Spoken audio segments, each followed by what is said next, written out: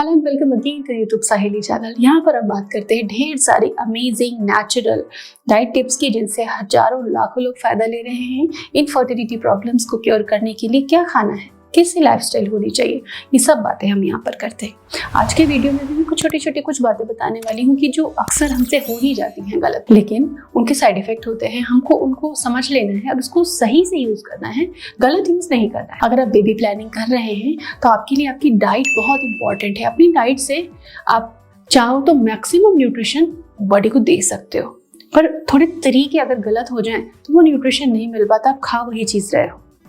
तो फ्रेंड्स, ऐसे कौन सी चीजें हैं और ऐसे कौन से आइडियाज हैं, लेट्स सी। ड्राई फ्रूट्स मतलब सूखे मेवे। ड्राई फ्रूट्स को जब आप ड्राइड फॉर्म में खाते हो तो काफी वो पित्त कारक होता है। आयुर्वेदा कहता है कि पित्त बढ़ा देने का प्रकृति होती है उनके अंदर।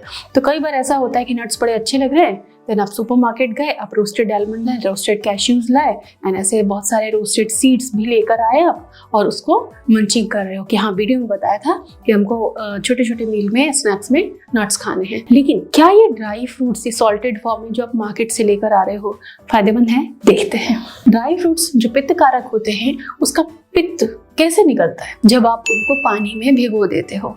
कुछ को कम टाइम लगता है, जैसे अखरोट 2-3 घंटे में, 4 घंटे में भीग जाता है। आलमंड्स को 8 घंटे लगते हैं। इस तरीके से ड्राई फ्रूट्स को जब आप पानी में भिगो देते हैं तब उसका पित्त खत्म हो जाता है, निकल आता है पानी में। देन आप उसको जब यूज करते हैं तो उसका प्रोटीन, उसका अमाइनो एसिड्स आपके लिए बेनिफिशियल होते हैं, फैट बेनिफिशियल होता है, और आपको कोई ब्लोटिंग नहीं होती, कोई एसिडिटी नहीं होती। तो जो बेबी प्लानिंग कर रहे हैं आप, एंड डेली बेसिस पे आपको नट्स खाने हैं, सीड्स खाने हैं, ड्राई फ्रूट्स खाने हैं, ऐसे में सीड्स, नट्स, ड्राई फ्रूट्स को सोक करके आप यूज करें, चाहे आप स्मूदी बना लें।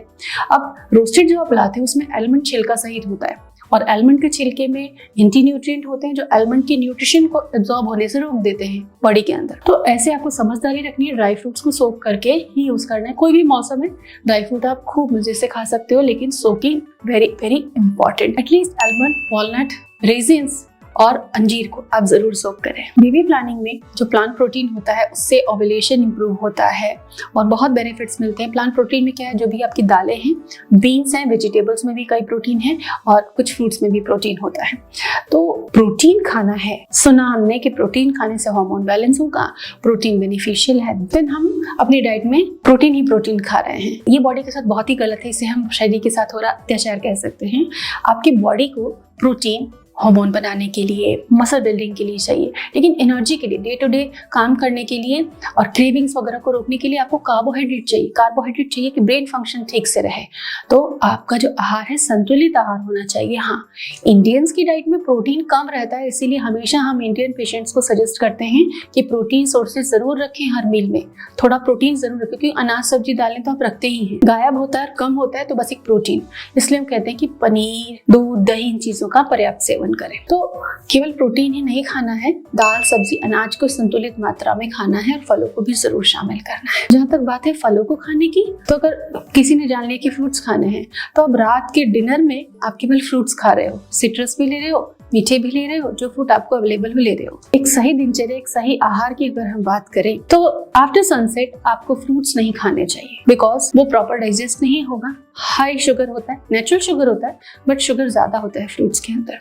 तो सूर्यास्त के बाद, सनसेट के बाद आप फ्रूट्स को कंज्यूम ना करें। जो भी फ्रूट्स कंज्यूम करने हैं, ब्रेकफास्ट और लंच के बीच में थोड़ा टाइम होता है, छोटी सी भूख लगती है, वहां पर आप 1 फ्रूट ले सकते हो, 2 फ्रूट ले सकते हो, 200 ग्राम एटलीस्ट कोई फ्रूट ले सकते हो, पपाया, एप्पल, बनाना, ग्रेप्स, कुछ भी। लेकिन रात के समय फ्रूट्स ना खाएं। रात के समय ज्यादातर सूपी फूड लें, अनाज और दाल, कार्ब्स एंड प्रोटीन मिक्स मील, उसमें कुछ वेजिटेबल हो बेस्ट है, लेकिन अनाज और दालों को मिक्स करके जो मील हो उस तरीके का आप मील लें तो ये ज्यादा अच्छा रहेगा। बेबी प्लानिंग के लिए आप अलग अलग आइडियाज सीख लेते हैं कहीं ना कहीं से, और अगर वो हेल्दी नहीं होते तो आपको बहुत साइड इफेक्ट मिलते हैं, फिर आप डाइट से फ्रस्ट्रेट हो जाते हो। अगर कोई अच्छी डाइट भी बताता है तब आप उससे फ्रस्ट्रेट होते हैं कि अरे कुछ नहीं होता डाइट से।